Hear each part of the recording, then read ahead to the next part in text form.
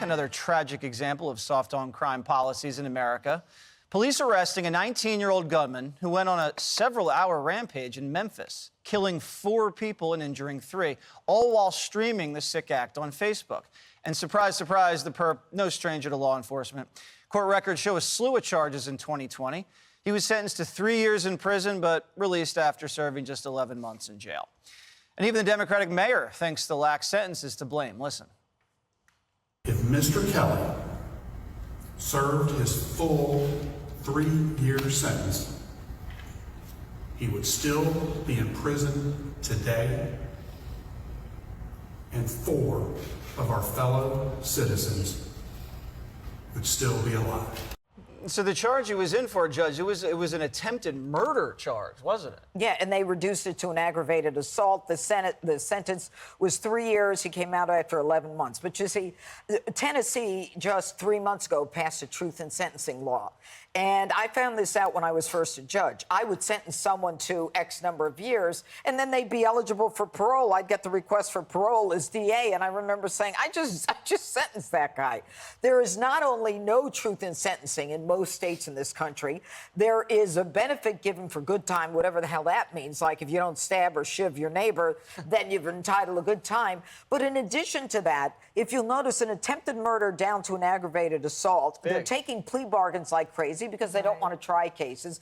Just like the sucker punch in New York was an attempted murder. Now it's down to a misdemeanor. Guarantee you, misdemeanor, the most you can serve is a year. He's not even going to serve that, okay? And so now what we've got to understand is the criminal justice system is not just broken from the offenders being released as soon as they're arrested, but it's broken because of plea bargains. It's broken because of parole, probation. You know, when someone's put on probation, everybody thinks, oh, yeah, they're in touch with their probation officer. I got news for you. What they do is, if they're lucky, they call up, the probation officer loses them, doesn't even bother to file a violation of probation. I mean, the whole system is broken. My only question, and I'll end with this, is how long it will take for the pendulum to swing back where it needs to be. And that is where there's consequences. And let me say, I'm sorry, I just got to say one more thing. The Memphis case, the Eliza Fletcher case, the teacher who was kidnapped and murdered. This guy, Cleotha Albston, this guy should never be out. Right. When you look at his history, you need to understand, and the public needs to understand, there are some people who do not deserve to live where law-abiding people live because they have exhibited so much violence, so much disregard for the life of other people that they shouldn't be with us. We did it with pedophiles in New York. I fought for the law in New York so that if you've got a pedophile who served his time, all right, then you say, wait a minute, they're pedophiles. They're going to come out and reoffend. There's a law in New York which allows them to put them into a secured hospital where they can't get out because they are so obsessed they're only going to molest more children. We need to do that with these reoffenders. So this is a mass shooting. You don't really hear the same level of left-wing or media outrage about this for some reason, though, do you, Greg? Well, you can't because the Dems are busy creating a fantasy of a civil war, right? Meanwhile, there is a real war going on civilians, on minorities, on the elderly, on Asians. It's violent crime by released violent criminals. Basically, politicians, our political leaders are playing Russian roulette with the public. They're dropping these bullets into society, and they might hit you. Who knows? The thing about this, we don't have to gin up a fantasy war. You don't need hyperbole when a woman gets pushed in front of a subway. That trumps Trumpies. That trumps, January 6th. I'm sorry. We're having January 6th every hour, every day. We're losing track of the amount of violence that's going on. There was a machete attack in New York City. I repeat, a machete attack in NYC. And it was a repeat attack by an offender, a repeat offender who was released after a machete attack, and she was only 20. So my question is, and it's like the judges, when do you start charging DAs and judges with the crimes that the people they release commit? Because you got to tie the consequences to their decisions. Yeah, and we know the judge who was involved. We know the DA who was involved. You don't plead down an attempted murder to 11 months, Dana. And there was a election earlier this summer in that county for DA, and the more conservative person lost the race. I don't know all the particulars of that, because it's interesting when you have local crimes like this one, something like what happened yesterday and the past 3 days in Memphis would probably have made national news 20 years ago.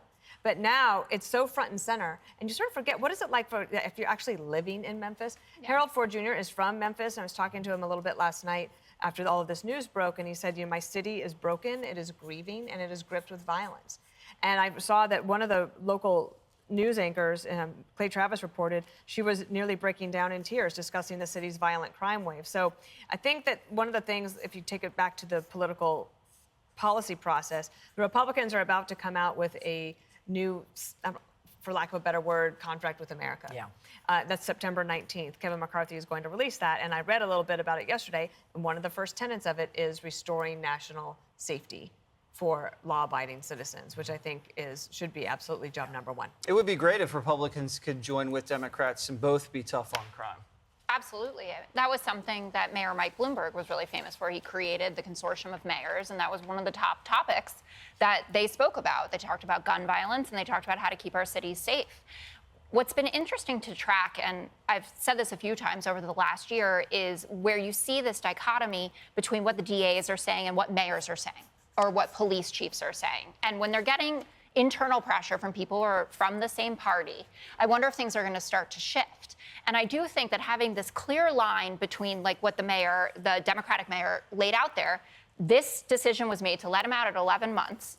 And these people are dead because of that. Or with what happened in New York with the sucker punch guy, with Kathy Hochul, had to get up there and fix what the Bronx DA had done. She didn't fix it. Well, she did. She got him back in jail on a parole violation. Yeah, and now but it he's was out. because there was this clear line between a policy. It wasn't just we should be locking everyone up. I saw that Senator Cotton, tweeted that we have an under-incarceration problem.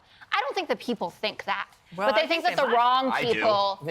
I definitely do, but that's just me. So it is just you. I'm a sorry, I shouldn't. It's not. I mean, the only people Democrats want to lock up are Republicans. That's not true. Yes, it is. Look at them. All they prosecute is Trump supporters and Trump people. Amen. Look what the DA here is doing. They're always going after Trump guys.